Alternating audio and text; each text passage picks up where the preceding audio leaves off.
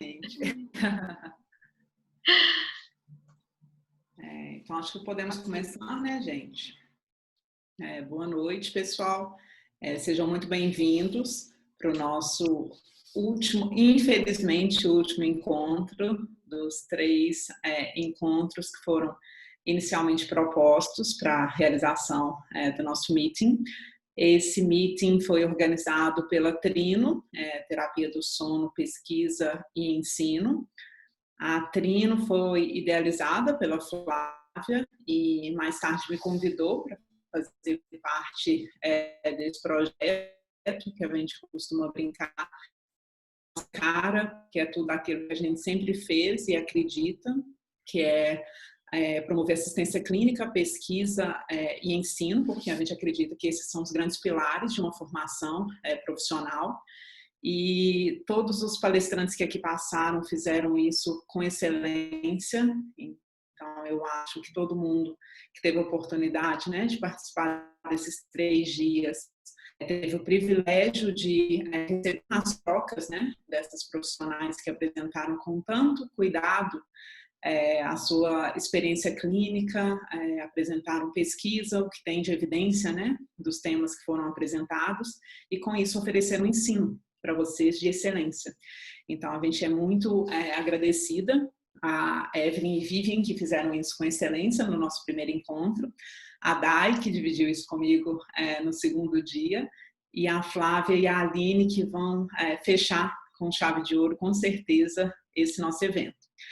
E aí eu queria aproveitar a oportunidade para apresentar, então, a Aline, que vai iniciar a nossa primeira aula de hoje. A Aline Marques Franco é fisioterapeuta da Reabilita Sono, Programa de Adaptação de CPAP para a Apneia do Sono, Ribeirão Preto, São Paulo.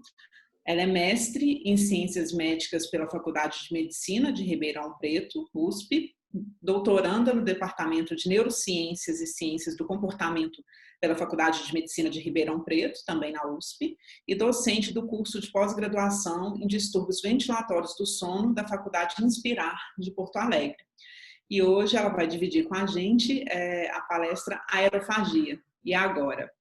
Bom, Aline, tem uma excelente apresentação. Obrigada. Obrigada, Liliane. Boa noite a todos. Deixa eu compartilhar minha tela aqui. Todos bem? E me escutam? Sim. Bom, boa noite. Primeiro eu quero agradecer a todos pela presença online aí, né? Que hoje é a forma que a gente tem para realizar nossos encontros e tem dado certo, né? Em especial, quero agradecer a Flávia. Muito obrigada, Flávia, pela iniciativa desse evento. Ele não aconteceria sem você. E pelo convite em estar participando aqui com vocês. Muito obrigada. Bom, vamos lá. Deixa eu primeiro me familiarizar aqui com as passagens. Acho que vai dar certo. Bom, eu começo aqui essa apresentação com essa matéria de uma revista regional aqui de Ribeirão Preto, a revista Revide Saúde, que teve essa matéria especial, o risco das noites mal dormidas, em julho de 2018, né? E entre alguns depoimentos, né, de pessoas com distúrbio do sono, eu trago esse destacado aqui e vou ler para vocês, aí vamos ler juntos, né? O professor aposentado Lewis Joel Green, de 83 anos, conviveu durante muitos anos com sintomas da doença, a apneia, paradas respiratórias durante o sono e ronco alto e frequente. Diagnosticado com tipo moderado da apneia em 1988, não conseguiu utilizar o aparelho por mais de 2 horas por noite, né? E acabou abandonando o tratamento. A dificuldade para dormir terminou levando também a sofrer de mal-estar, depressão e bipolaridade. Então, ele relata que ele tentou usar o aparelho e parou por muitas vezes, até que em 2017 recebe o diagnóstico de apneia grave E após aconselhamento profissional de fisioterapia e descobrir as razões físicas da falta de adaptação ao CPAP, ele experimenta 3 máscaras diferentes, finalmente atinge a meta de dormir entre 6 e 8 horas por noite sem interrupção. Segundo Lewis, a utilização bem-sucedida do aparelho mudou a sua vida em termos de atitude, energia, otimismo, curiosidade, interesse em novos projetos e interações interpessoais. Bom, essa é a fotografia da matéria da revista Revide, desse senhor simpático, o senhor Lewis, né, que abandonou o tratamento aí por cerca de 30 anos, né, por não conseguir utilizar o CPAP. Então, esse é o nosso caso clínico, né, de antemão eu adianto, né, que o Sr. Green, ele me permitiu o uso do nome, de fotos, do caso, né, para que eu passasse aqui nessa apresentação. Então, esse é o nosso caso clínico, é o Sr. Green, 83 anos, que vem para mim 29 anos após o diagnóstico de apneia do sono. Né? Então, a gente imagina que ele não estava muito contente, ele não estava com aquela carinha simpática da foto anterior, né? Ele estava muito bravo, ele tinha muita dificuldade e ele veio muito bravo, né, com muita dificuldade em usar o CPAP. Bom, de comorbidades, ele tem um DPOC enfisematoso e depressão, e ele chegou até o nosso serviço, né, o Reabilitasono, já com um aparelho, um VPAP S9, né, então um binível da ResMed, mal adaptado, com poucas horas de uso no total no aparelho, e não conseguindo usar o aparelho de forma regular. Ele tinha uma titulação automática, com um EPAP de 17 e um EPAP de 21, considerada inadequada. Então, o médico pediu a reavaliação da titulação. De condutas, né, e resumindo aí o caso todo de forma geral, a gente foi tentar muita máscara nasal, né, a gente imaginava que a máscara oronasal também pudesse ter aumentado tanto a pressão de tratamento, causado vazamentos, então a gente tentou as máscaras nasais sem sucesso, né, vazava muito, ele tinha muito ressecamento na boca. Tentamos máscaras nasais associadas à queixeira, também sem sucesso. E inúmeras tentativas de máscaras faciais. E isso tudo associado também a subtratamento, né? O uso de pressões abaixo daquela titulação, que já era considerada inadequada, né? E ainda, por fim, resumindo ainda o caso do Sr. Green, o que ficou bom para ele, o que melhorou e ele conseguiu usar de forma a corrigir os eventos respiratórios foi uma máscara oronasal, no caso aqui uma máscara simples, com uma queixeira associada e as pressões de tratamento, pressão inspiratória de 14 e pressão expiratória de 10, que eram suficientes para corrigir os eventos respiratórios do Sr. Green durante o sono.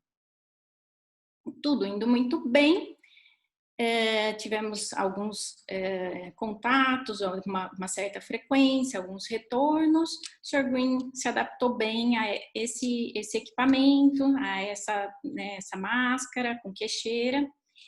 Em dia 27 de abril, agora, né, eu recebo esse e-mail. O Sr. Green é um americano, então ele encaminha e-mails em inglês, mistura um pouco de português.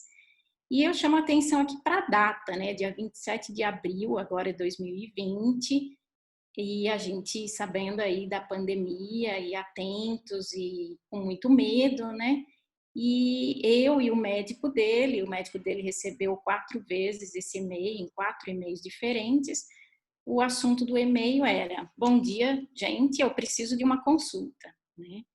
Isso já assustou a gente, né, que estávamos aí nesse período que eu diria que não era nem o pior da pandemia, o pior é hoje, aqui em Ribeirão pelo menos, mas era um momento que a gente estava com a imobilidade em alta, né, acho que foi o momento mais de imobilidade, pelo menos de Ribeirão Preto também. E ele manda esse e-mail dizendo que ele está com gripe, resfriado, vírus há cerca de 8 dias, né? problemas respiratórios, dificuldade de respirar, respiração curta, temperatura acima do normal, em meio grau a 1 grau por 2 dias, agora normalizada a temperatura, queda no estado geral, pioras à tarde e à noite, e nenhuma dor muscular típica de gripe, né? Ele está usando o umidificador, mas nenhuma medicação para o resfriado. Ele diz que a oxigenação dele, ele já traz bastante dado para a gente, né? A oxigenação dele está em 89, 90 durante o dia e aumenta para 91, 92 logo depois do uso do CPAP. Ele chama de CPAP o BiPAP dele, né? E ele fala que depois da mudança de diferencial de pressão, ele não se lembra qual era essa pressão, ele acredita que um aumento na pressão ou no delta da pressão pode melhorar a oxigenação dele. E ele pergunta o que a gente acha, né? Eu me paramentei toda, né? E a gente, com muito medo, um momento mesmo, hoje eu acho que a gente banalizou um pouco, mas a gente deveria estar com muito mais medo, mas enfim, me paramentei. Essa não sou eu, mas eu não estava muito diferente disso. E principalmente porque a gente tinha acabado de escrever aí, eu fiquei muito feliz de ser convidada pela Vivian e pela Flávia, e nós tínhamos acabado de escrever esse comunicado, essas recomendações para a atuação dos fisioterapeutas nos distúrbios respiratórios do sono em meio à pandemia de Covid-19, né? Esse documento, ele está no site da Sobrafir, é bem interessante para todo mundo que está atuando aí. Enfim, então eu estava sabendo como me paramentar e fui até a casa do Sr. Green e chego e vejo o Sr. Green com cansaço a pequenos esforços, né? De uma cadeira para outra ele já se sentia muito cansado, só de andar, de muito pouco. Saturação de O2 em 88%, frequência respiratória de 24, 26%. De conduta geral, né? Eu já iniciei o uso da pressão positiva com melhora significativa. Fiz contato com o pneumologista, que a princípio não indicou suplemento de oxigênio, nenhum exame, por conta principalmente da pandemia no momento, né?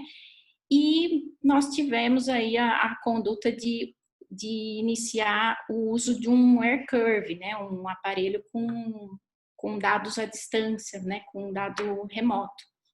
Então, é meio paradoxal, a gente queria estar perto do Sr. Green à distância, né? Então, hoje esses aparelhos permitem que a gente esteja mais perto e distante, né? E com módulo de oximetria. Então, deixei o aparelho no modo espontâneo, EPAP 14 e EPAP de 8. Isso, usamos o módulo de oximetria. Bom, no mesmo dia, o Sr. Green já me manda um e-mail, tendo usado o equipamento durante o período da tarde, por alguns momentos. Antes de dormir com ele me manda um e-mail agradecendo e perguntando se o aparelho não vai gravar os sonhos dele, né? Ele me responde algumas perguntas que eu havia feito e pede para que a gente entre em contato no dia seguinte. No dia seguinte, então, primeiro dia de noite de uso desse aparelho, dia 29, ele me manda um e-mail dizendo que dormiu bem, me responde aí o nome do cardiologista que eu havia perguntado, a oxigenação estava em 92 de manhã, e pergunta como ele tinha ido, né? Ele queria saber os dados do equipamento. E aqui eu trago um pouco dos dados detalhados que a gente consegue visualizar, né, no sistema remoto, mas eu trouxe ele de forma resumida porque ele acabou dividindo o gráfico em duas partes, para não ficar grande aqui eu deixei essa primeira parte. Então ele vai dormir por volta das 10 horas e usa até o início da manhã. A gente pode ver aqui que depois das 2, 3 horas da manhã houve um vazamento um pouco mais alto, mas o que mantinha ainda os eventos respiratórios do Sr. Green dentro do normal, e chama a atenção da gente saturação abaixo de 90% durante a noite toda. Bom, esse é um modelo que a gente, outra forma de relatório que a gente tira aí para resumir um pouco a ópera toda do caso. Então, esse a partir do dia 28, aí a gente tem quase 2 semanas de uso desse equipamento. Então, esse é um relatório habitual que a gente pode tirar. Então, a gente vê que o Sr. Green teve uma boa adesão ao tratamento. A fuga, né, o vazamento, não ótimo, mas considerado ok para o Sr. Green, pensando na máscara oronasal e condições. A pressão a gente manteve aí 14,8, com um residual de apneia às vezes um pouco elevado, às custas do próprio vazamento, apneia desconhecida. Mas, além disso, né, a gente pôde aí, com esse recurso, por conta de ser um BiPAP, né, um binível, a gente pode ver aqui que houve uma melhora gradual no volume corrente, dia após dia, com esses parâmetros, uma diminuição da frequência respiratória também, ao longo dos dias, para manter aí um volume minuto, mostrando aí que o Sr. Green foi ficando clinicamente melhor, satisfeito com o uso do equipamento. A saturação também, a gente vê um aumento dia após dia na saturação de oxigênio nesse relatório. Bom, já no dia 30 de abril, o Sr. Green já me manda um e-mail dizendo que adora ver os dados, que para ele essa participação nesses dados, né, de um paciente cientista como ele, é extremamente importante, e ele acaba doando o aparelho dele, adquirindo um aparelho que tem o sistema de remoto, né? E, teoricamente, aí a gente pode dizer que sucesso, que bom, o Sr. Green foi melhorando, ficou bem. E até que eu recebo um e-mail dele dizendo que ele está tendo flatulência, gases, diarreia. Ele diz que ele usa Lipase, Luftal por 3 vezes por dia, mas que mesmo usando esses medicamentos, ele não elimina todo o problema, e pergunta se eu tenho alguma sugestão. E isso já chama a atenção para a gente de aerofagia, né? Então, e é algo que assusta, que é dramático, a aerofagia. Eu acho que todos que já tiveram caso de aerofagia sabem que não é simples, não é fácil e pode trazer um abandono do tratamento, né? Então, literalmente, o Sr. Green estava desse jeito, né? Então, era gases para todo lado, e incomodado com isso, e ele me mandou esse e-mail, né? E o que a gente pode dizer, o que é a aerofagia de forma geral? Deglutição de ar, né, armazenamento no sistema gastrointestinal. E essa deglutição de ar, esse armazenamento de ar no sistema gastrointestinal leva a desconforto, dor abdominal, inchaço, eructação, flatulência, diarreia e diminuição do apetite. Isso tudo pode trazer a interrupção do tratamento com pressão positiva. Aqui, de uma forma geral, eu trago um pouquinho de como funciona, né, o nosso tônus esofágico durante o sono normal, né, nosso sono fisiológico. Então, a gente tem aqui a faringe, o esfíncter esofágico superior, o esôfago, o esfíncter esofágico inferior e o estômago, né? De forma geral, durante o sono fisiológico, já há um relaxamento do esfíncter esofágico superior, né? Então, isso a gente pode ver, estudos trazem que existe esse relaxamento normal do esfíncter esofágico superior, que já aumenta a suscetibilidade do ar entrar para o esôfago, né? E uma vez no esôfago, ele vai para a cavidade, para o estômago, basicamente por 2 formas: por relaxamento do esfíncter esofágico inferior e por peristaltismo aumentado no esôfago. E quando a gente vê esses traçados aqui, para não se assustem, mas de forma geral é trazendo um pouco de como funciona o tônus, né, em cada região dessa. Então, o tônus na região do esfíncter esofágico superior, do esôfago, esfíncter esofágico inferior e no estômago. E quando a gente olha aqui, principalmente aqui nessa parte de tônus do esfíncter esofágico superior, a gente vê que durante a vigília o tônus é muito maior quando comparado ao sono não REM e o sono REM, né? E um outro achado aqui que a gente tem fisiológico durante o sono é um aumento aqui nessa peristalse aqui no esôfago, principalmente durante o sono REM, né? Isso tudo precipitando e possibilitando que esse ar entre então para o estômago. E o que a gente conhece sobre a aerofagia relacionada ao CPAP? Tudo é pouca literatura, né? Então a gente tem pouca literatura sobre isso. São poucos os pacientes que se queixam abertamente desses sintomas, uma vez que não é agradável falar sobre isso. E poucos profissionais acabam investigando, né, sobre a aerofagia. Mas quando a gente vê os efeitos adversos do CPAP, toda a literatura traz que pelo menos metade dos pacientes pode ter algum efeito adverso, entre eles a aerofagia.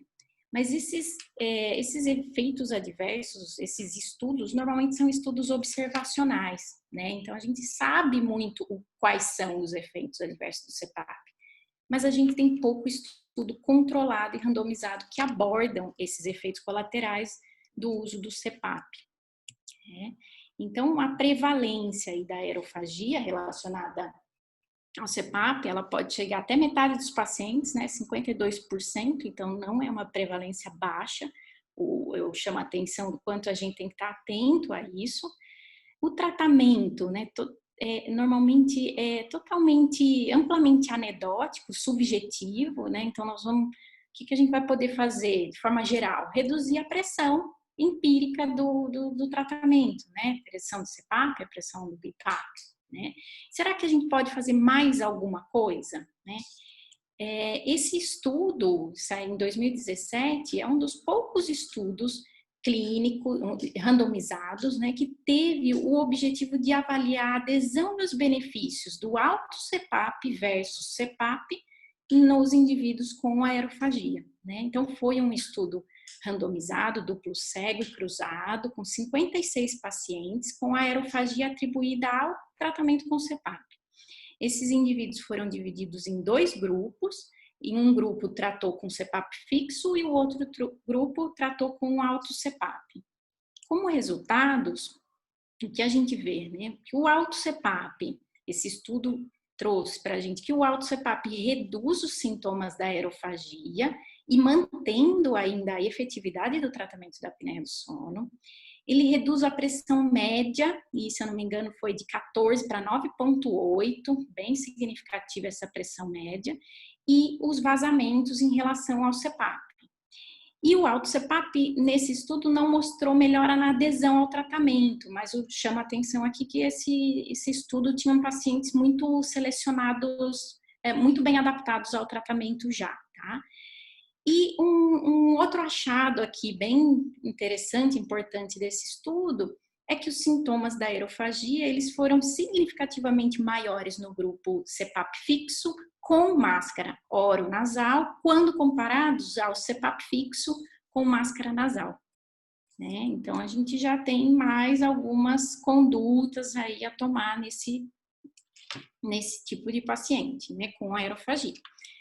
Bom, esse foi uma carta, né, um comentário do Dr. Pedro Genta, da Faculdade da USP de São Paulo, e seus colaboradores, que enviaram uma carta para esse estudo, um comentário corroborando aí esse potencial uso da máscara nasal em relação à máscara oronasal nesses casos de aerofagia.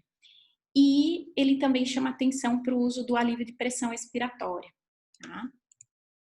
Bom, e o Sr. Green, né? O que a gente pode fazer com o Sr. Green que estava lá esperando a gente, né? Eu trouxe aqui, então, eu listo o que é possível ser feito aí.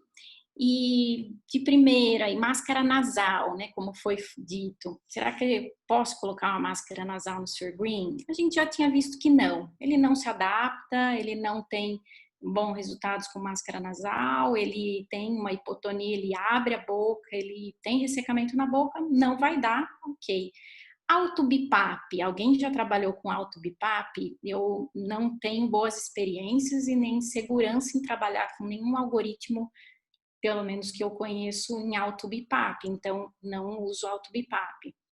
Diminuir as pressões de tratamento, sim, a gente pode fazer no Sr. Green, foi feito. Medidas comportamentais, então, orientar o paciente a reduzir o café, bebida gasosa, refeições pesadas e frituras, e melhorar a dieta, rica em fibras, frutas e legumes. E decúbito lateral, né, que vai, por si só, já vai melhorar aí até o nível de pressão, de uso de pressão no equipamento, né, no CPAP ou, no caso, no BIPAP. Bom, estou terminando aqui, né? O Sr. Green, ele agradece aí pelo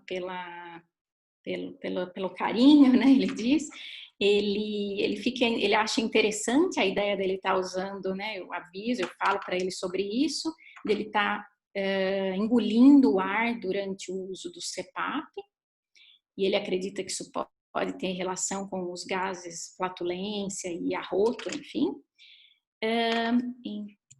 E aí, quando a gente, então, baixa essa pressão, que a gente pode ver aqui, nesse azulzinho, né, as pressões, tanto inspiratórias como expiratórias, foi baixar, eu baixei, ficou em 7,11 essa pressão, e a gente vê aqui, nitidamente, uma diminuição do vazamento e até mesmo do índice de apneia, né, e ele manteve aí uma boa adesão ao tratamento. E ele já me manda um e-mail dizendo que ficou melhor, que ele está bem, que ele está otimista, e ele pergunta para mim o que ele diz que ele quer saber, para eu explicar para ele o que eu fiz, né, para reduzir essa questão dele estar engolindo ar durante o CPAP. Ele diz que ele não vê a hora de dormir de novo, para que ele acorde no dia seguinte com melhoras nos gases. Diz que a oximetria está 92, 94. E depois eu demoro 2 dias para respondê-lo, eu não explico para ele o que eu fiz. E o Sr. Green me manda um e-mail, você vai me dizer o que você fez? Eu estou curioso, né? E o Alan responde para ele, oi professora, a Aline é mágica, eu acho que ela fez mágica ontem, talvez ela seja um anjo. E ele responde, sim, Alan, a Aline é especial. E aqui eu cometo um pecado, né, de me sentir orgulhosa, e eu descobri essa semana que o orgulho é o pai de todos os pecados, mas não teve como, né, toda vez que eu olho isso, eu vejo esse e-mail, eu fico orgulhosa e eu cometo um pecado. Mas para terminar, não com pecado, e sim com uma virtude, né? E é uma virtude do Sr. Green. Essa foto é o Sr. Green e a Dona Electra, a sua esposa.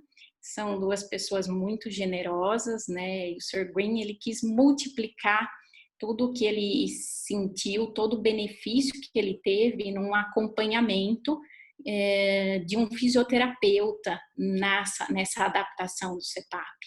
E ele fez uma doação em dinheiro, que foi possível comprar máscaras, aparelhos para o ambulatório do SUS, para que essas pessoas também sintam e tenham o benefício que ele teve. É isso, obrigada. Muito bom, Aline. Eu estou quase chorando aqui de emoção também. Parabéns, Aline, uma excelente aula e assim muito emocionante mesmo, né? Assim muito legal ver esse cuidado com o paciente, esse cuidado dele também em te dar esse feedback e mantê-la, né, atualizada sobre as suas mudanças é realmente muito legal, muito bacana. Parabéns pela sua apresentação, foi brilhante.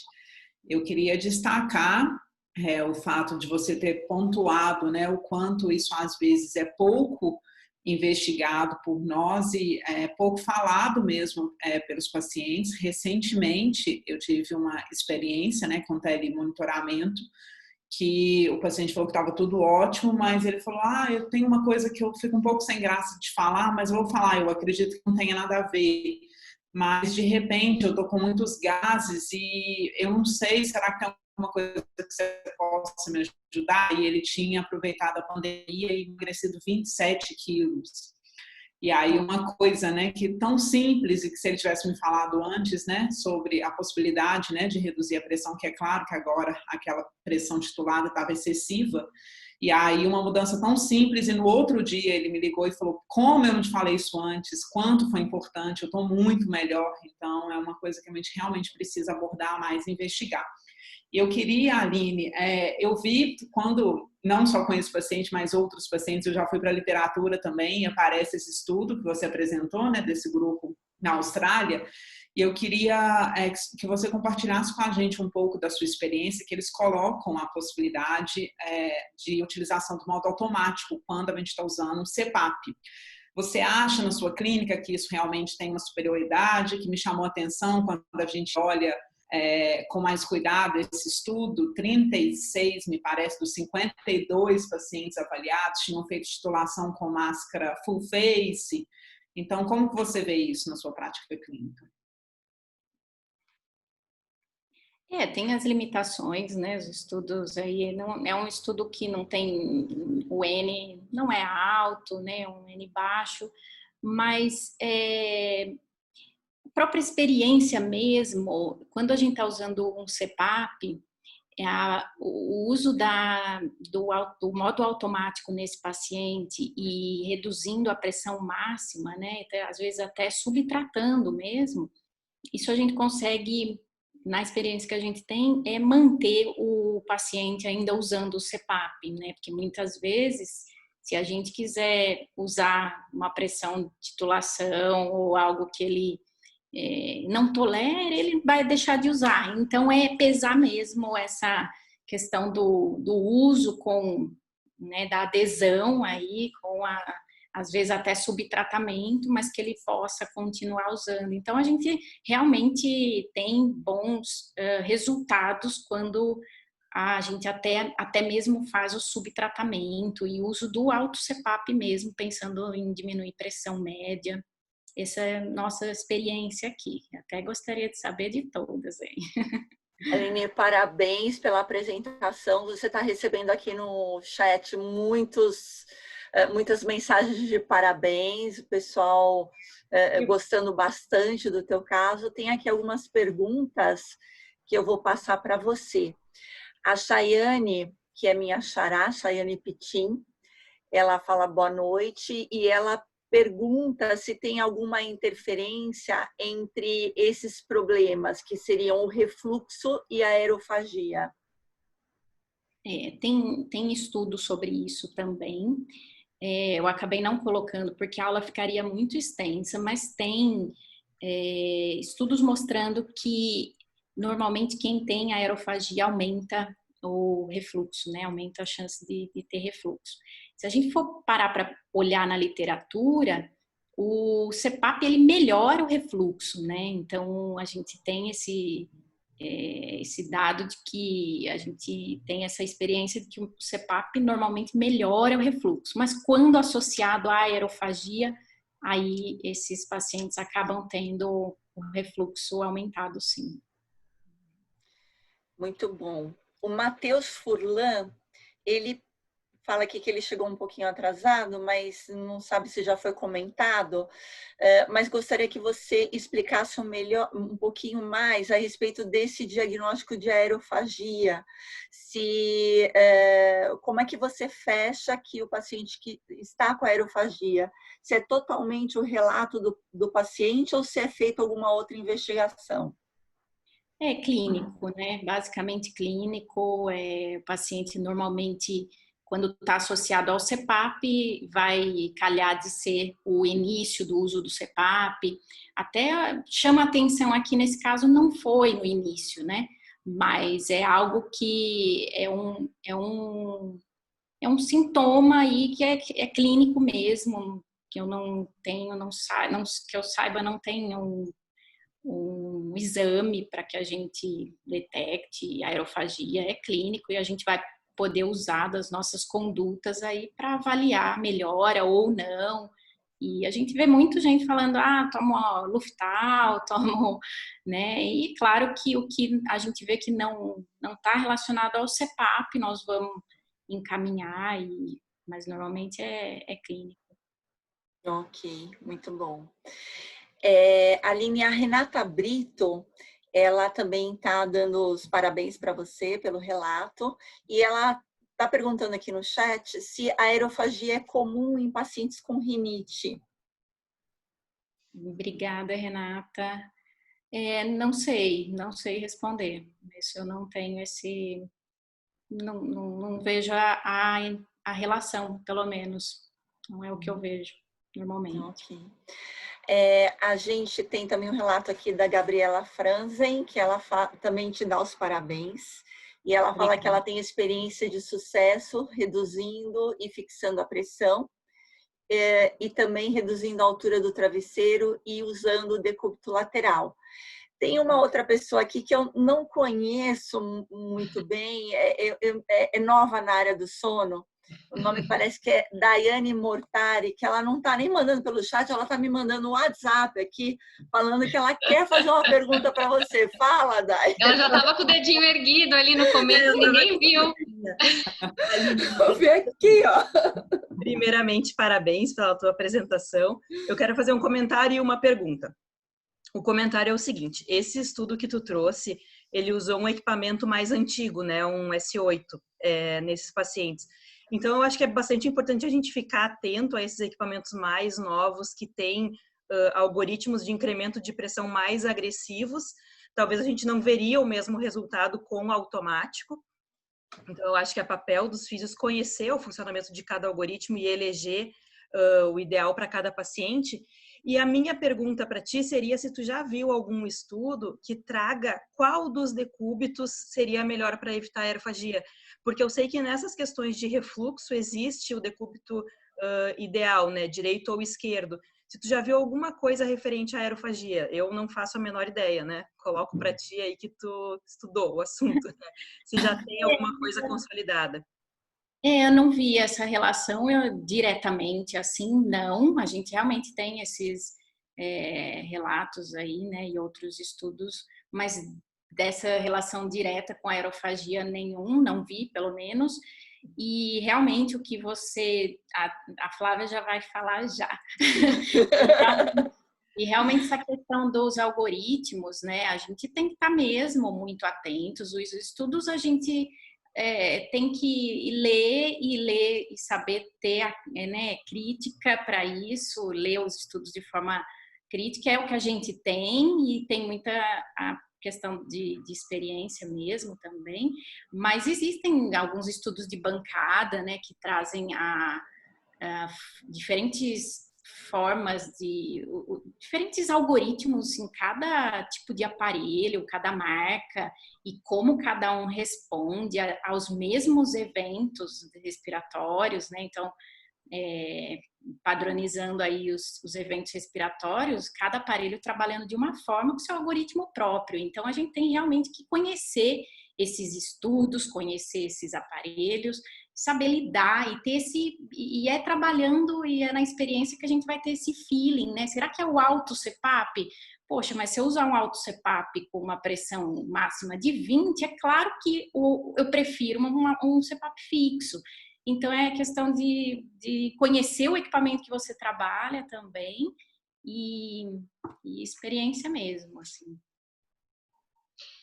É uma coisa que eu queria só, não é para falar de decúbito, nada disso, mas eu acho que a gente esquece um pouco, e eu tive uma experiência tão feliz com um paciente que foi para fono, sabe? Então, assim, ele me procurou com aerofagia, na verdade ele veio por uma dentista do sono, ele já usava CPAP, enfim, foi um caminho que ele percorreu, e ele tinha uma queixa de muita aerofagia, dores e tal, já estava descontinuando o uso do CPAP, e aí estava com pressões altas, né? Ele estava com pressão de 15 no CPAP, uma máscara nasal, mas muita aerofagia. A gente foi baixando as pressões e eu pedi para que ele procurasse os fonoaudiólogos. Aqui em Belo Horizonte a gente tem bons profissionais trabalhando com isso. e os resultados foram muito interessantes, porque esse paciente ele tinha uma hipotonia de língua, ele tinha um frênulo encurtado, então ele tinha várias compensações na musculatura da orofaringe, e aí não sustentava, mesmo com pressão mais baixa, né, ele acabava fazendo essa aerofagia. E depois, acho que de 7 sessões com fono, ele não tinha mais queixa nenhuma. Mesmo reduzindo a pressão do CPAP, ele ainda tinha. E eu não queria reduzir muito, porque era um paciente bem obeso, e aquele abdômen bem volumoso, né? Então, eu não tinha na época como medir a saturação à noite, eu ainda não tinha recurso para isso, mas eu falei, se eu diminuir demais a pressão desse CPAP, esse pulmão dele, talvez, eu não sei como que vai ficar a saturação. O tempo de saturação na polissom dele era muito baixo, abaixo de 90 era muito alto, né? Ele ficava muito tempo. Então, eu já queria tentar fazer essa via aérea ficar mais estável e não piorar tanto a troca gasosa. E com a fono resolveu muito bem. E a gente acaba esquecendo, eu acho, desses profissionais que trabalham basicamente com essa musculatura, né? Que super ajudou. Então, foi uma combinação de fatores, mas na hora que fez a fono, foi bem legal. Então, fica essa experiência compartilhada que talvez possa, né, ajudar também em mais casos aí. Com certeza, muito bem lembrado. Eu acho que é bem interessante essa observação. E só colocar mais uma observação aqui, nessa questão de utilizar o recurso de diminuição da pressão para você controlar a aerofagia. E lembrar também que nós, como fisioterapeutas, nós temos também as técnicas de posicionamento, não apenas em decúbito lateral, mas usar também o recurso de elevação da cabeceira da cama, porque você mantém a tração traqueal, mantendo a tração traqueal, você estabiliza melhor a traqueia, diminui a sua colapsabilidade, você consegue trabalhar com pressões menores com esse paciente, ajudando a controlar a aerofagia, sem, por outro lado, tratar ele com uma pressão subterapêutica que poderia desencadear eventos de apneia obstrutiva ou de hipopneia obstrutiva. A gente tem aqui mais uma pergunta, eu acho que é a última, da Patrícia Starling, e ela também te parabeniza, tá? E ela pergunta a respeito da sua experiência com alívio de pressão expiratória nos pacientes com aerofagia. Obrigada, Patrícia. Eu costumo usar, sim, principalmente nesses pacientes com aerofagia, eu acho que eu uso com bons resultados. Também a dúvida da Camila Ferreira, a questão do alívio expiratório para reduzir a aerofagia. Eu costumo utilizar, acabo utilizando no máximo o mesmo, e se eu vejo que não há outros problemas, eu vou acabar utilizando o alívio de pressão expiratória também, nesses pacientes. Eu também tenho uma boa experiência com alívio de pressão expiratória, Aline. Ativado, né? Na aerofagia. Ativado, isso. Bom demais. Bom, é isso, né? Da parte da Aline, muito obrigada pela tua apresentação. Eu vou chamar, então, a nossa última participante, que vai encerrar com chave de ouro. A Flávia, então, ela é fisioterapeuta e doutora em Ciência da Saúde pelo Laboratório de Sono da Faculdade de Medicina da Universidade de São Paulo, especialista em fisioterapia cardiorrespiratória pelo Instituto do Coração da Faculdade de Medicina da Universidade de São Paulo, fisioterapeuta idealizadora da Trino, que está, então, nos entregando esse evento, e docente do curso de pós-graduação em distúrbios ventilatórios do sono da Faculdade Inspirar de Porto Alegre. E, por fim, membro da Liga Mineira de Sono. Flavinha, boa aula, nos encha de orgulho, como sempre. Obrigada. Eu não tenho palavras, né, para agradecer vocês todas aqui pela presença. Já falei várias vezes, né, e acho que vocês foram escolhidas a dedo quando veio essa ideia, e eu estava justamente pensando, né, como que eu gostaria de ver um evento acontecer. E eu sempre quis discutir caso clínico, eu sempre quis ver esse tipo de aula, e eu fiquei assim, muito, muito feliz com, primeiro, que vocês todas aceitaram, pegaram o evento para vocês também, e fizeram desses encontros, assim, muito enriquecedores, né? Então, fico até emocionada aqui, porque e a gente acaba estreitando tantos laços de amizade, né? Então, eu fico feliz demais. Muito obrigada. Bom, o tema desse caso clínico, ele é até um pouco, assim, ousado, né? Quando o fisioterapeuta é a peça fundamental para o manejo adequado. E aqui, esse não é um caso só para fisioterapeutas, mas eu quis trazer nesse caso alguns outros entendimentos e algumas raciocínio mesmo crítico para que a gente se torne, para que nós possamos nos tornar além de pessoas que veem um laudo de polissonografia e ok, e só isso, sabe? Então, eu trouxe aqui, nesse caso, eu introduzi nesse caso alguns conceitos e eu espero que fortaleça de alguma forma o conhecimento de todo mundo. Então, eu já vou direto para o caso clínico. É uma paciente, uma mulher de 88 anos, obesa, né, com IMC de 31,6 quilos por metro quadrado, 42 centímetros de circunferência cervical e uma paciente retrognata. De antecedentes clínicos, ela, embora bem idosa, né, ela era apenas hipertensa e obesa, tinha um histórico de uma prótese de quadril bilateral e, por conta disso e da obesidade, ela acabava dormindo exclusivamente em posição supina. De exame do sono, ela fez uma poligrafia respiratória. Para quem não tem familiaridade com os exames de diagnóstico, a polissonografia é o padrão ouro, em que são monitorados diversos parâmetros, né, de variáveis de sono, incluindo eletroencefalograma, e a poligrafia respiratória é só de variáveis respiratórias. Então, aqui a gente tem uma parte do laudo dela, em que essa paciente ela tinha um índice de apneia e hipopneia bastante alto, de 118,3 eventos por hora, sendo que a gente considera a apneia grave acima de 30, exclusivos da posição supina, que era a posição que ela dormia, basicamente de eventos obstrutivos. Quando a gente olha alguns outros detalhes dos gráficos desse exame, e aí eu quis trazer para vocês aqui, a parte de ronco ela não é muito sensível, né? Então não dá para considerar 100% como sendo um parâmetro confiável, mas vejam que essa paciente, ela ficava quase que a totalidade do tempo do exame, de 482 minutos, 476 minutos com saturação abaixo de 90, de 80, de 70, e essa paciente chegava a saturar abaixo de 50%.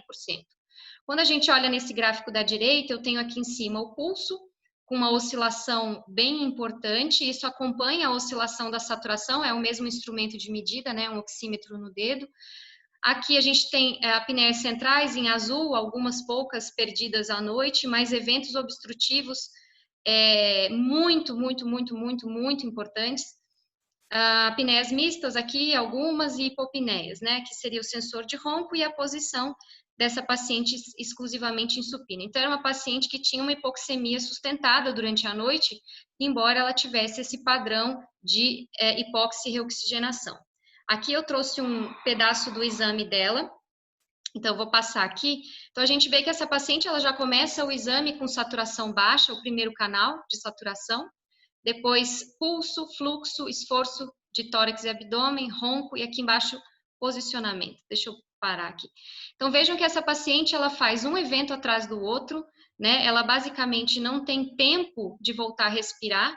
Deixa eu dar um pause. Então, ela tem algumas incursões respiratórias, ela logo entra quase que num evento constante, né? Então, ela volta, respira uma, duas vezes, a saturação sobe um pouco, cai de novo. Eu vou correr esse exame para vocês irem vendo que a noite inteira ela fica com esse padrão de eventos contínuos, né? Então, vejam que a gente não tem aqui a possibilidade de medir despertares dessa paciente, eu não sei quantas vezes ela está despertando, mas percebam que ela não consegue voltar a respirar com alguma frequência, né? Então, com certeza ela tem um sono extremamente fragmentado, uma hipóxia sustentada e um risco cardiovascular gigante, né?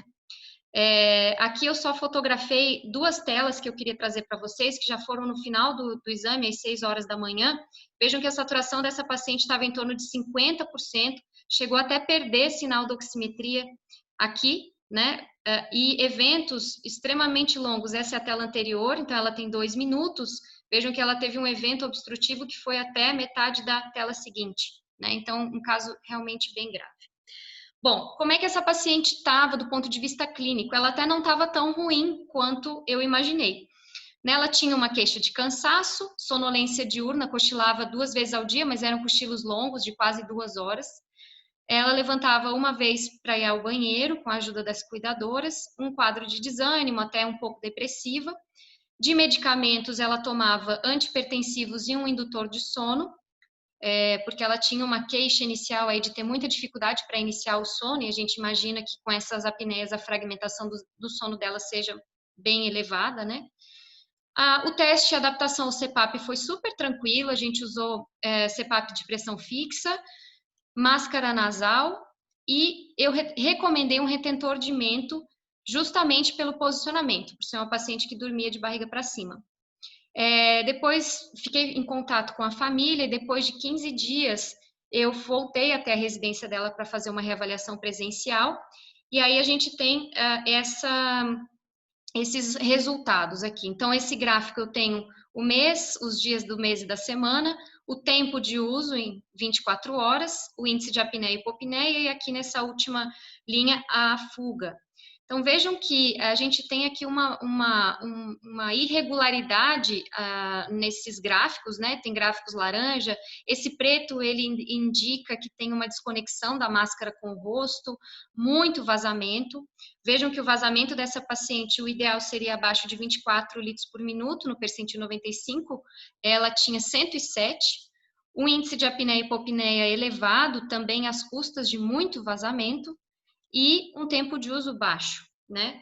A minha conduta aqui, além de conversar muito com a família, explicar, foi de fixar essa pressão um pouquinho acima ainda, recomendei o uso do retentor de mento e depois de mais 15 dias eu reavaliei. Então, olhem que interessante que só, basicamente, a gente colocar um retentor de mento faz no paciente, né? Então, ela teve aqui, ela não teve mais essas desconexões da máscara com o rosto, teve eventualmente aqui num dia.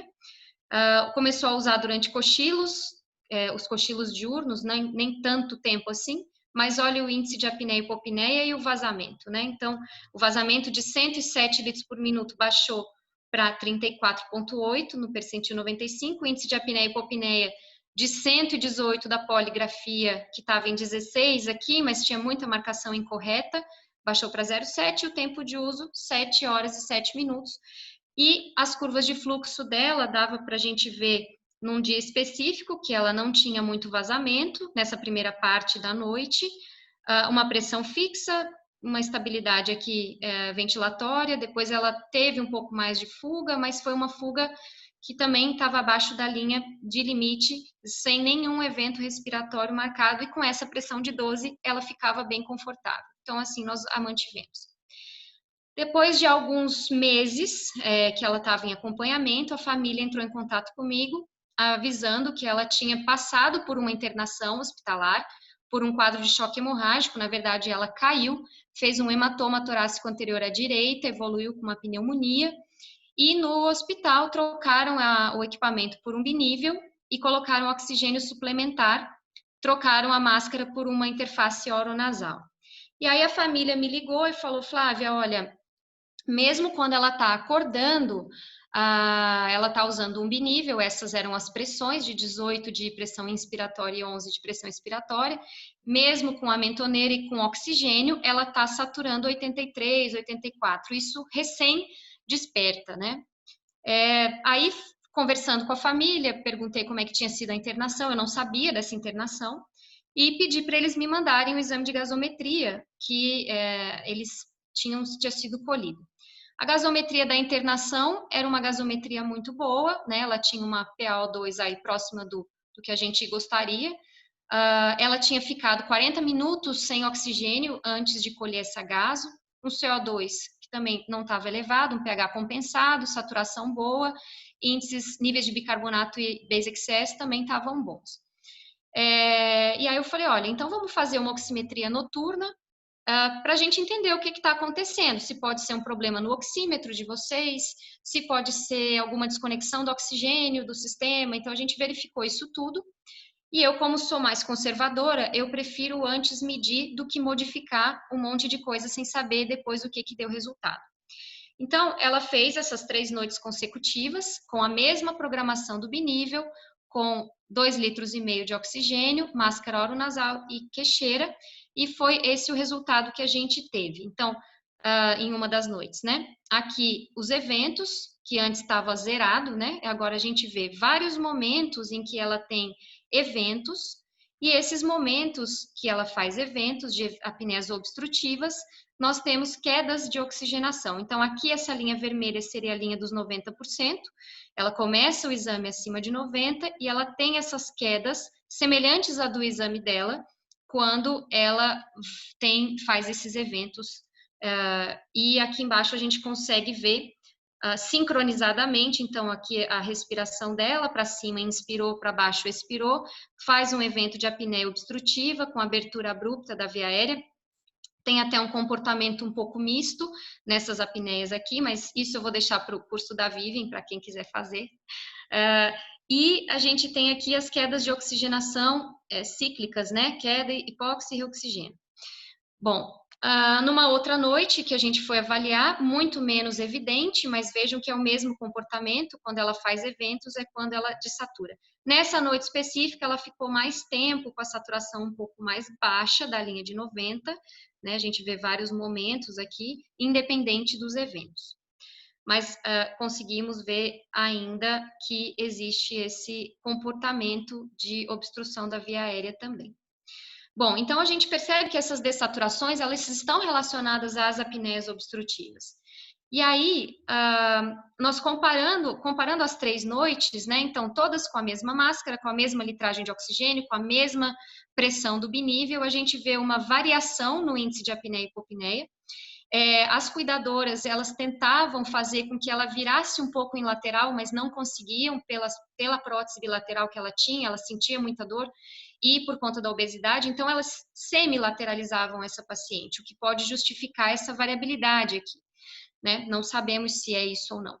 Mas ela tinha aqui uma saturação mínima de 69 e vejam que ela ficava algum tempo com a saturação abaixo de 90%. E naquela noite que eu mostrei para vocês, em que o índice de apneia e hipopneia não foi tão alto, ela ficou mais tempo.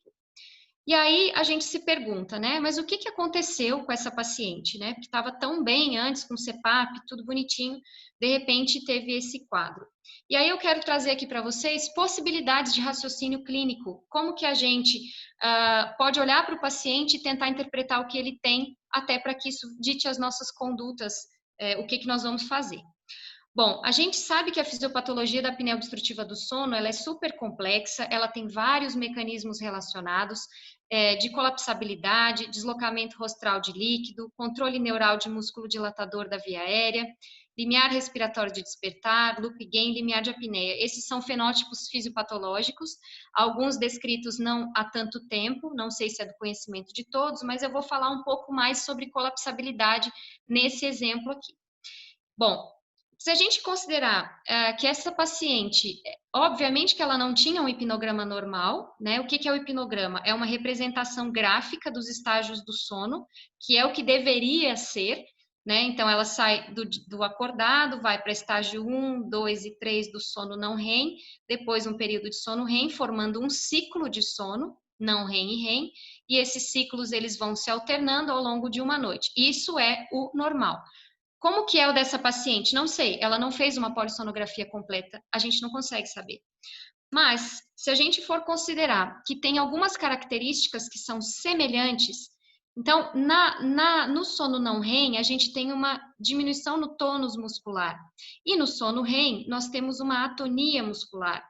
Será que esses 2 momentos em que nós temos quedas de saturação aqui no final do exame dela, seriam sono REM?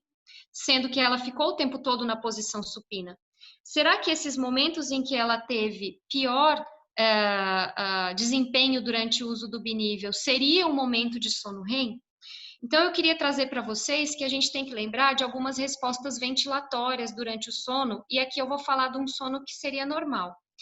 Já existe uma hipoventilação natural no sono. Isso varia de homem para mulher, varia do obeso para o não obeso, varia da posição do corpo, mas só o fato da gente dormir faz com que a ventilação pulmonar diminua entre 6% e 16% no sono não REM e em cerca de 25% no sono REM.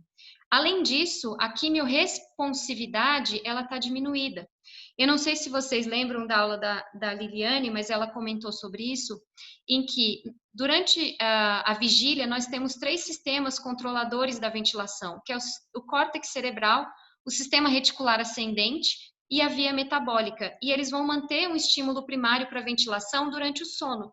Mas basicamente é a via metabólica que vai determinar como que vai ser essa ventilação durante o sono. E aí, nós temos aqui respostas ventilatórias à hipoxemia e respostas ventilatórias à hipercapnia.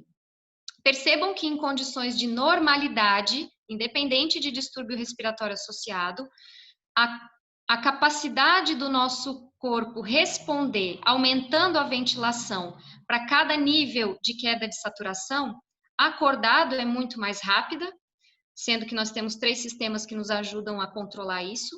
Durante o sono não REM, nós já temos uma diminuição, e vejam a capacidade de ajuste da ventilação no sono REM em relação ao acordado, para o mesmo nível de saturação, é muito mais baixa. E isso também acontece durante a retenção de CO2, então a hipercapnia. E o CO2, ele é muito mais estimulante ventilatório do que a hipoxemia, né? Então, a hipercapnia é mais estimulante. Então, vejam que no sono não REM, nós temos uma capacidade de responder, aumentando a ventilação para um determinado nível de hipercapnia, 50% reduzida em relação à vigília. E no sono REM, além dos 50%, mais 28% em relação ao sono não REM. Então, seriam 78% menos capacidade de aumentar a ventilação para o mesmo nível de CO2 em relação à vigília.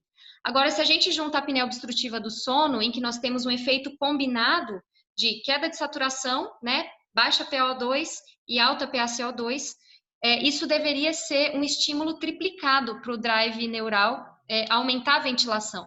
No entanto, a quimiorresponsividade e a quimiosensibilidade é diminuída na apneia obstrutiva do sono. Então, esses pacientes eles têm muito menos capacidade de resposta. Nós também temos que lembrar que existe uma contribuição da anatomia da via aérea superior. Então, lembra que essa paciente era obesa, provavelmente ela tinha acúmulo de gordura nessa região da língua. Aqui na parte mais clara seria a via aérea num tamanho normal, mas vejam que essa paciente, né, esse exemplo, teria um estreitamento dessa região. Além disso, nós também temos acúmulo de gordura na parede lateral dessa musculatura, o que também estreita a passagem de ar. E lembrem que essa paciente ela era retrognata. Então, essa mandíbula menor, né, talvez não tenha a mesma capacidade de acomodar todas essas estruturas moles dentro da via aérea.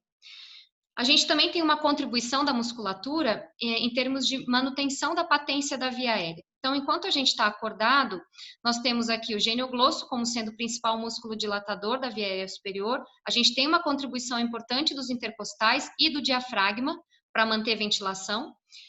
Quando nós deitamos, mesmo acordado, ainda a posição do genioglosso ela é favorável à ventilação, né?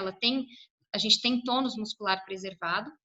Mas durante o sono não REM já existe uma diminuição de todos os componentes musculares e durante o sono REM muito mais. Então essa musculatura dilatadora da via aérea superior fica bastante comprometida e basicamente a função passa a ser quase que exclusiva do diafragma. E aí esse paciente dorme, deita, a língua pesa, né, desaba.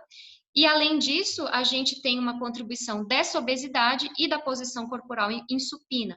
Então, essa quantidade de gordura que esse paciente tem no abdômen, ela se projeta contra o tórax, fazendo um efeito, entre aspas, de compressão pulmonar, perdendo a tração traqueal, que é o que mantém essa via aérea mais distendida e menos colapsável.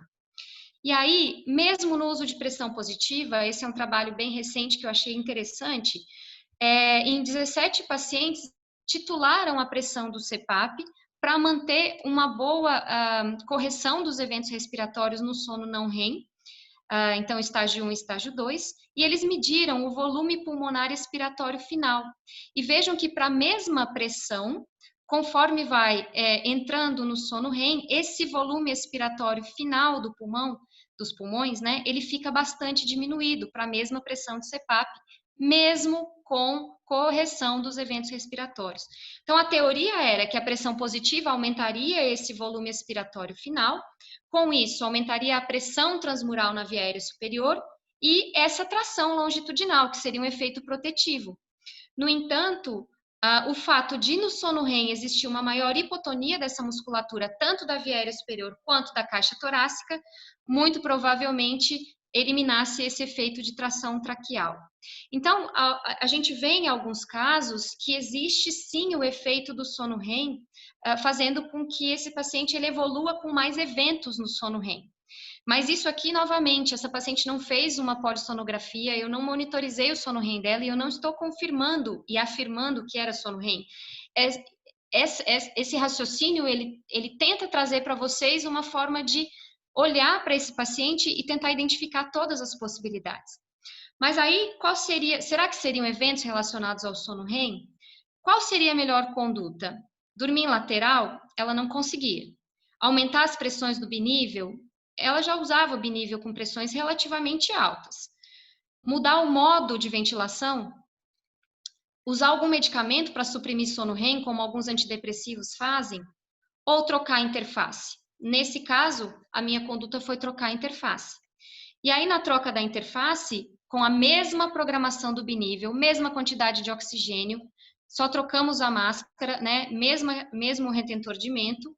O que nós tivemos foi aqui, comparando com a máscara oronasal as 3 primeiras noites e com a máscara nasal na sequência, o tempo de uso muito parecido, o índice de apneia e hipopneia bastante baixo nessas 3 noites, com um vazamento mais alto em relação ao que ela tinha aqui.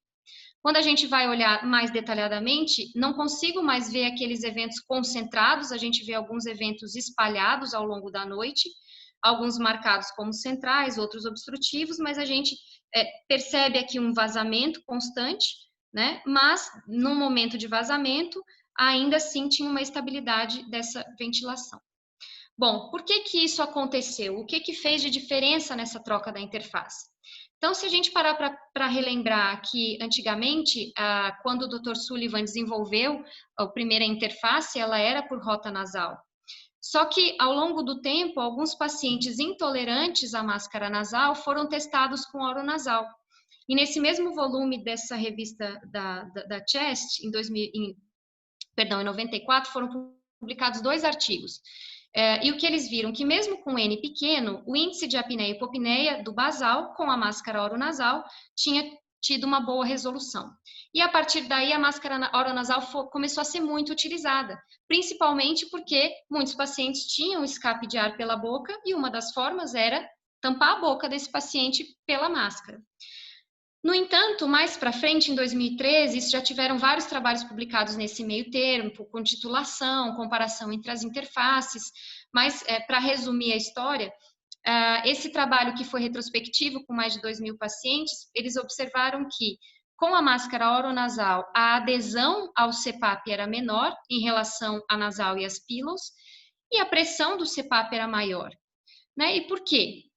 Aí vem o trabalho da Rafaela Andrade, eu acredito que ela está nos assistindo nesse momento, foi a tese de doutorado dela, em que ela tinha um paciente com uma máscara oronasal compartimentada, ela conseguia, né, ligado num CPAP automático, com 2 entradas de ar aqui, ela conseguia fazer a entrada só via nasal, a entrada do ar via oral ou oronasal. Esse paciente era monitorado por uma polissonografia e por uma nasoendoscopia. Então, era introduzida esse nasofibroscópio dentro da máscara, pela narina, para observar em que ponto que acontecia a obstrução. E aí, eles fizeram várias medidas da distância entre a epiglote e a base da língua e da área retroglossal. E o que que eles perceberam? Que, conforme a rota saía de nasal para oronasal e oral, e isso não era uma sequência, né? Era em ordem aleatória, a distância entre a epiglote e a base da língua praticamente deixava de existir quando a máscara virava oral e a oronasal menor do que na nasal, e a área retroglossal também diminuía. Dá para ver nessa imagem as medidas que ela fez, então aqui a gente teria a epiglote e a área retroglossal aqui para baixo, né? Então, com a rota oral, essa via aérea se fechava. E no mesmo ano, a gente... bom, antes disso, né? Qual que seria a teoria? Então, vamos pensar num resistor de Starling, em que nós temos, essa é a teoria do resistor de Starling, um tubo rígido, que seria o nariz e a traqueia, e dentro, no meio desse tubo rígido, um segmento colapsável, que seriam essas estruturas da orofaringe. Se a gente colocar isso numa pessoa, seria mais ou menos virar esse resistor de Starling nessa posição. E o que essa teoria nos fala? Né? Que teoricamente existe uma pressão, teoricamente não, existe uma pressão crítica de fechamento dessa via aérea. Essa pressão crítica de fechamento é variável de pessoa para pessoa. Nesse exemplo, ela é de 10 centímetros de água. Quer dizer o quê? Que ainda em 10 centímetros de água, a via aérea dessa pessoa está fechada. Se a pressão nasal for menor do que a pressão crítica, o ar não vai passar. É esse colapso que nós temos na apneia obstrutiva do sono. Quando nós colocamos um CPAP com rota nasal e a pressão nasal ela ultrapassa a pressão crítica, o ar flui e a via aérea estabiliza. Agora, no mesmo exemplo, se a rota for oral e nasal, nós temos o benefício da rota nasal, com a pressão maior do que a pressão crítica, só que a introdução de um fluxo oral provavelmente projeta essas estruturas contra a parede posterior e talvez contrapondo com essa pressão crítica de fechamento, né, empurrando essas estruturas mais para trás. Além disso, a máscara oronasal ela tem um ponto de ancoragem na mandíbula, que é um osso que se movimenta principalmente em posição supina, como no caso dessa nossa paciente. E isso foi comprovado nesse outro estudo com pacientes acordados, aí era um público diferente, mas eles testaram máscara nasal e máscara oronasal, esse é o mesmo paciente. E o que eles perceberam? Aqui ele tem uma respiração só nasal, eles fizeram a medida retropalatal, isso seria o palato mole, e retroglossal, seria a língua, nos dois casos, e eles viram a abertura da via aérea. Então, numa máscara nasal, nós temos um fluxo pérvio de ar. Com a máscara oronasal, eles fizeram vários testes, né? Mas vejam que aqui a respiração está sendo oral. A língua não está projetada para trás, mas o palato mole está. Então, num segundo momento, esse paciente ele tem uma via aérea fechada para uma próxima incursão respiratória. Além disso, a gente tem que saber, e esse é um estudo mais novo, que existe um comportamento dinâmico também desse palato mole, como a gente viu no estudo anterior. Neste aqui, os pacientes estavam sob anestesia e bloqueio neuromuscular para cirurgia, né? Então, é um exemplo aqui de uma paciente mulher de 49 anos, magra, sem apneia. Aqui a inspiração e a expiração, a gente vê uma imagem quase idêntica, né? Em que nós temos uma pressão, foi usado um CPAP com uma pressão baixa e ela tem aqui uma curva de fluxo preservada, né? Nesse outro caso, talvez aqui um pouquinho de um serrilhado, mas nesse outro caso, em que já era um homem idoso com sobrepeso e uma apneia moderada, quase grave, a gente tem uma interrupção do fluxo expiratório, né? Então, na inspiração, que é ativa, a via aérea está aberta, mas na expiração ela se fecha. E é justamente na transição da ex para ins que a apneia acontece, onde a via aérea sofre a pressão negativa. Só que eles usaram uma pressão de CPAP de 2 centímetros de água. E aqui, depois eles testaram num outro paciente, que era um homem também com sobrepeso e uma apneia moderada, mas com 8 centímetros de água. Então, eles foram tentando titular essa pressão. Na expiração, com uma pressão de 2, estava aqui, a gente tem essa mesma interrupção do fluxo expiratório, mas com uma pressão de 8, que foi quando foi introduzida, aqui ainda com essa interrupção do fluxo na pressão de 7, e aqui a via aérea abriu melhor. Então, não é só a gente escolher a interface adequada, a gente tem que titular corretamente essa pressão, e hoje os equipamentos nos ajudam bastante. Então, a interface corrigida, índice de apneia e hipopneia controlado, boa adesão, melhora nos sintomas e boa oxigenação. Ué, mas paramos na oxigenação e não continuamos. Então, vamos ver o que a gente tem de comparação entre as duas interfaces. Com a mesma litragem de oxigênio, máscara oronasal e nasal, com a nasal a gente teve um índice de apneia e hipopneia mais baixo, mas vejam que essa paciente ficou saturando muito tempo abaixo de 90, muito diferente da máscara oronasal. O que será que estava acontecendo com ela? Então, como diz a Liliane, como bons fisioterapeutas que somos, a gente foi olhar dentro do aparelho o que estava acontecendo. Então, aquele mesmo parâmetro de eventos espalhados ao longo da noite, mas vejam que interessante. Essa paciente aqui, o segundo gráfico é de fuga e o terceiro de saturação. Enquanto não tinha fuga, a saturação dela estava boa. A partir do momento que ela começou a ter escape de ar, a saturação cai. E aí, ela para de ter escape, a saturação volta, ela começa a ter escape, a saturação cai. Ela para de ter escape, a saturação sobe, volta a ter escape, a saturação cai. Então, neste caso, a gente tem aqui as quedas de saturação relacionadas a vazamento, não mais a eventos. Então, o que é melhor? A gente ter vazamento e titular esse oxigênio, ou a gente ter evento de apneia obstrutiva, que gera todo um componente de piora clínica, uma paciente com risco cardiovascular super elevado por conta desses distúrbios prévios, né? 88 anos e tudo mais. E a partir daí a gente passou a titular o oxigênio dessa paciente em domicílio. É claro que nós fomos aumentando meio litro por noite até que a gente conseguisse chegar no equilíbrio, aqui eu quis resumir, mas com 4,5 litros, a gente manter a saturação dela acima de 90, mesmo com vazamento, mesmo com alguns poucos eventos ainda durante a noite, né? Aqui dá para ver, após uma apneia central, ela teve uma queda de saturação, mas depois ela recuperou a saturação e ficou mais alta.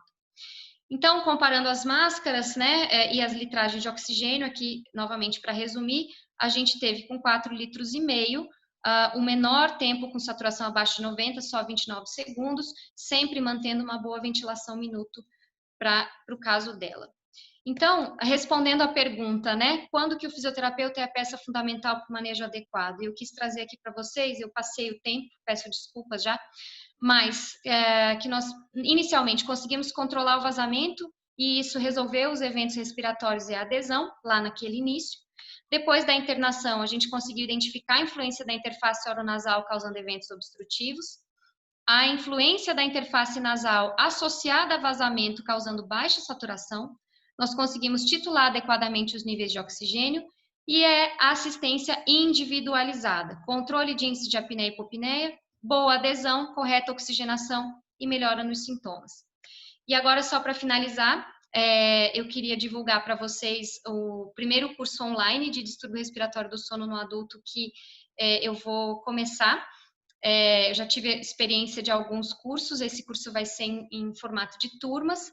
Então, quem tiver interesse, entra no nosso site, trinosaude.com.br, lá na aba de eventos, e se quiserem receber as informações quando o curso for lançado, provavelmente em agosto.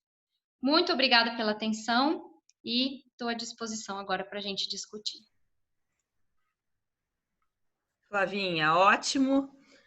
Quando eu falei que era para te nos encher de orgulho, acho que tu levou bastante a sério, né? Eu acho que de tudo o que tu falou, mais uma vez reforça a importância da gente ir além só de controle de AH e ronco, né? A gente tem que ir atrás de outras questões, oximetria.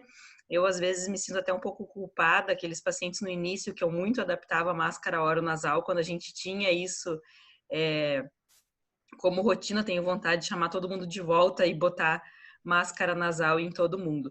Então, é muito importante entender a influência do tipo de máscara para ter sucesso com os nossos pacientes. Então, foi excelente.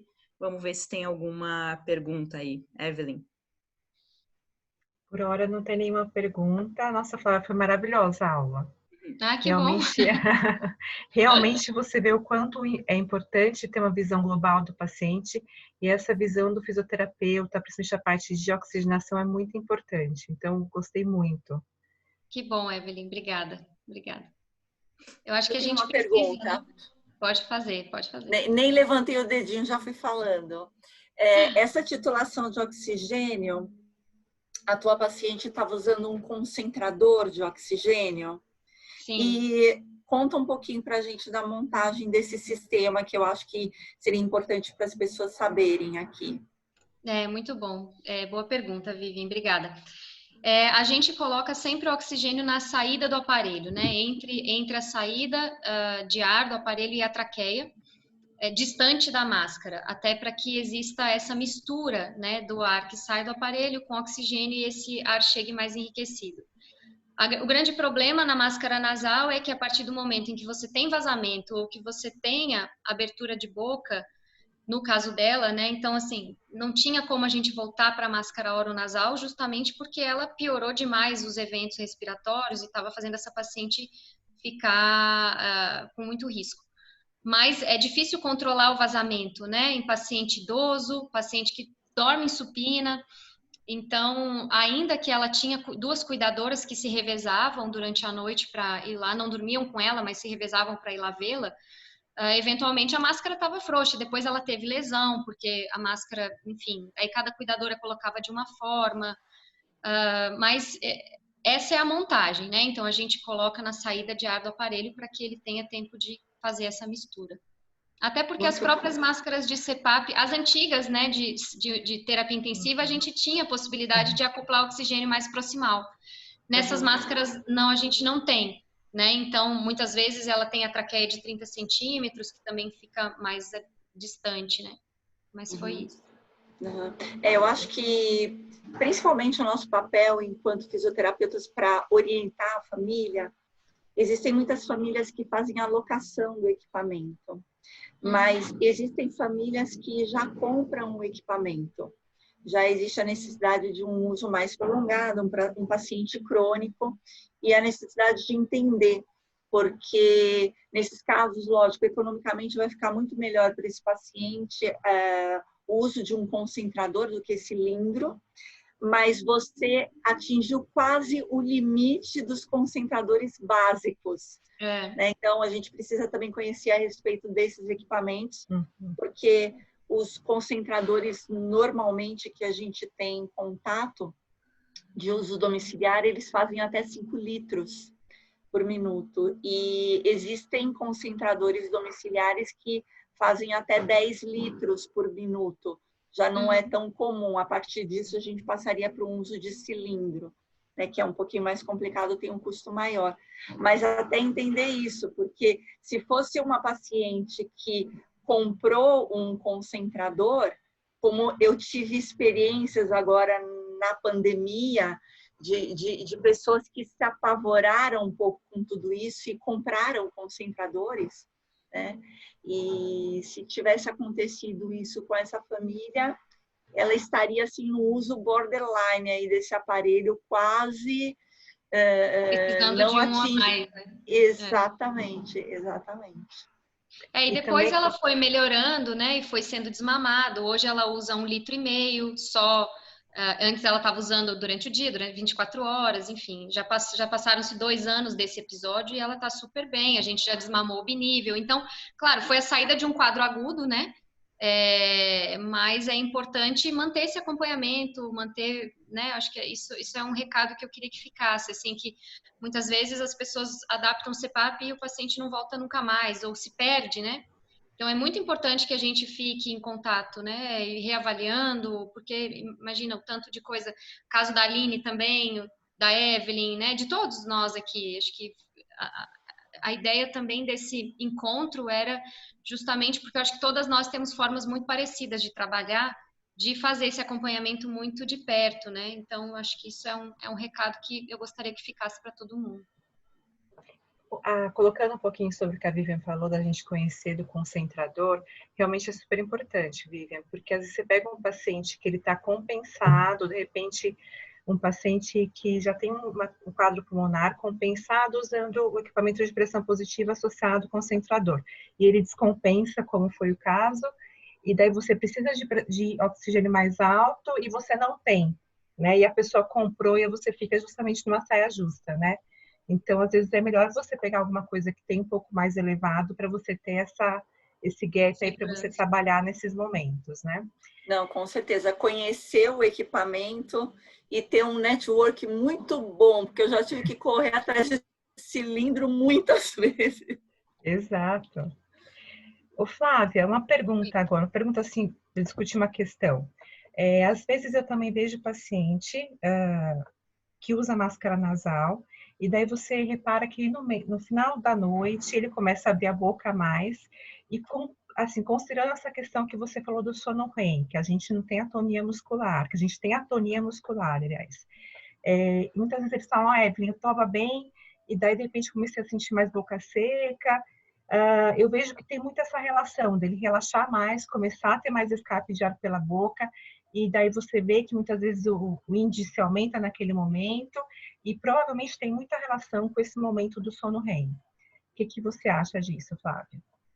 Não, eu acho que, assim, tem casos em que, quando eu vejo a polissonografia basal, que eu já vejo que o paciente tem mais evento em REM, que ele é mais hipoxêmico em REM, dependendo da idade, né, de como é a anatomia da face, eu já imagino que é um paciente que possa ter uma hipoventilação associada no sono REM e tudo mais. Então, já é um paciente que eu fico um pouco mais preocupada, né? Então, em alguns, o que eu tenho usado, que tem me ajudado muito, inclusive, eu já peço para eles baixarem o aplicativo no celular, eu falei, você vai se monitorizar para me avisar, para me ajudar, porque eu não tenho como controlar todo mundo, né? Então, quando é um caso mais complexo, assim, tem algumas situações em que a gente vê, mesmo com máscara nasal, alguns eventos pontuais, e aqueles eventos, eles podem ser posicionais, né? Então, a gente não consegue saber se esse paciente virou de barriga para cima naquele momento ou não, ou se era um sono REM, né? Não dá para saber.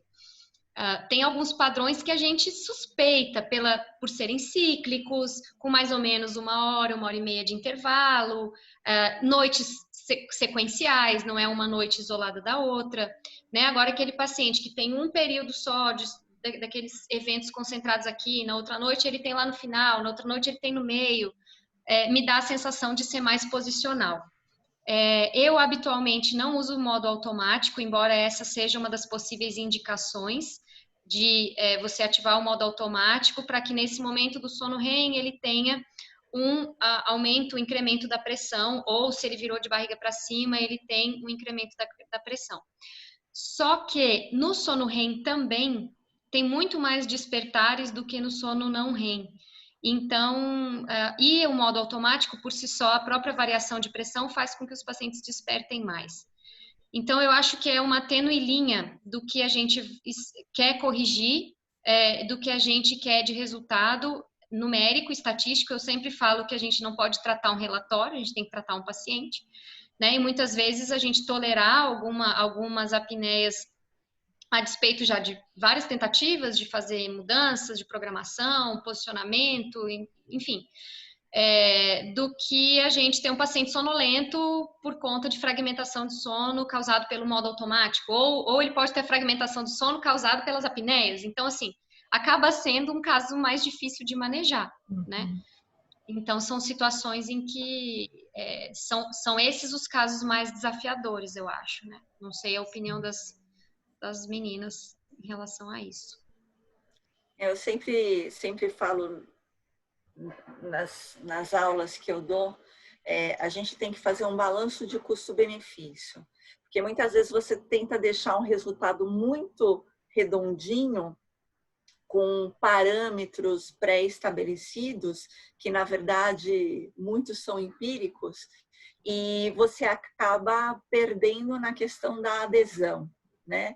Então, se você tem um paciente que você fez todo um trabalho de adaptação, ele tem um índice de apneia diagnóstico de 89, você conseguiu deixar ele bem, com uma apneia residual de 7, 8, mas ele está bem, você pode considerar esse paciente como tratado, mesmo porque essa definição, né, de apneia leve, moderada, grave, a gente precisa ter uma consciência que essa definição é empírica.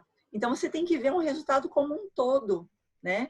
E vale muito mais você ter uma boa consciência profissional, entender bem a respeito do assunto que você está trabalhando e ajustar o paciente em termos de adesão, de resultado, qualidade de vida, e às vezes deixar algumas coisas de lado. Vazamento, às vezes a gente pode ser um pouquinho mais tolerante, índice de apneia residual, ser um pouquinho mais tolerante, mas lógico, tudo isso dentro de acordo, dentro de um dentro de um contexto maior, né? Sabendo o que você está fazendo e não simplesmente deixando aquilo porque você não quer se incomodar com aquele parâmetro que não está redondinho, mas sabendo exatamente o que você está fazendo. Exato, acho que o que vocês colocaram muito bem, que a gente não está tratando o relatório, a gente está tratando o paciente. Isso Né? mesmo. Eu acho que isso a gente tem que sempre ter na nossa cabeça, né? Não perseguir o relatório, né?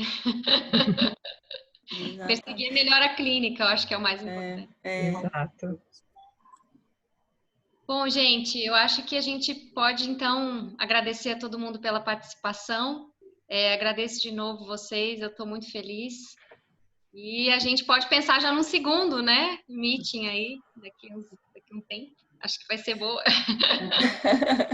Convidar outras pessoas também. Claro. Tem muita gente boa na área do sono, né?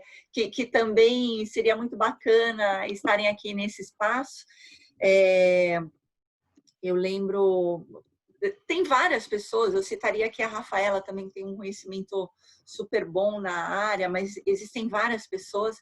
Eu acho que esse meeting, a proposta dele foi muito bacana e dá espaço para as boas pessoas que estão na área do sono, os bons fisioterapeutas que estão trabalhando. A gente tem muitos colegas bons também que merecem estar aqui compartilhando a experiência.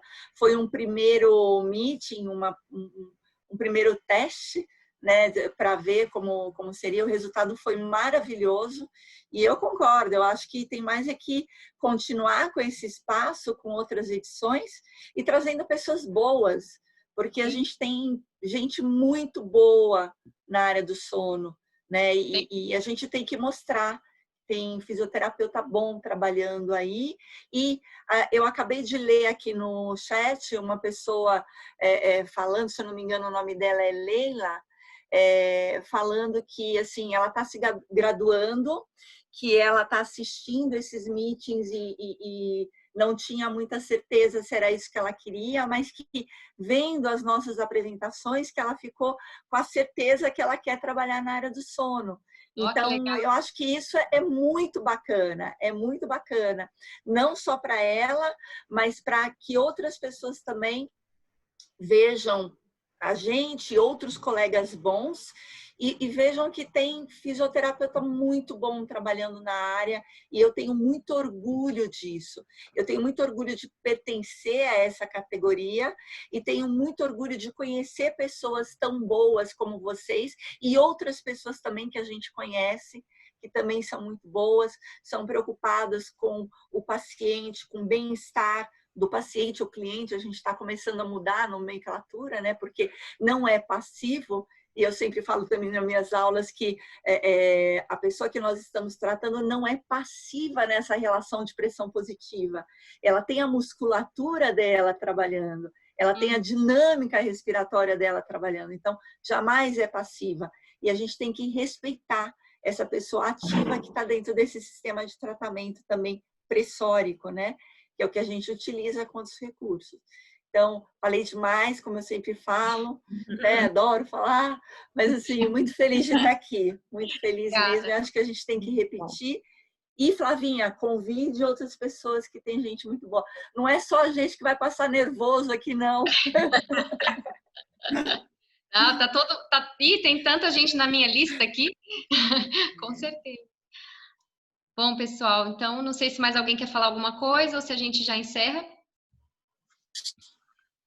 Acho que não, peraí que tem mais 9 mensagens novas, todas falando, parabenizando o trabalho, agradecendo assim, esse projeto.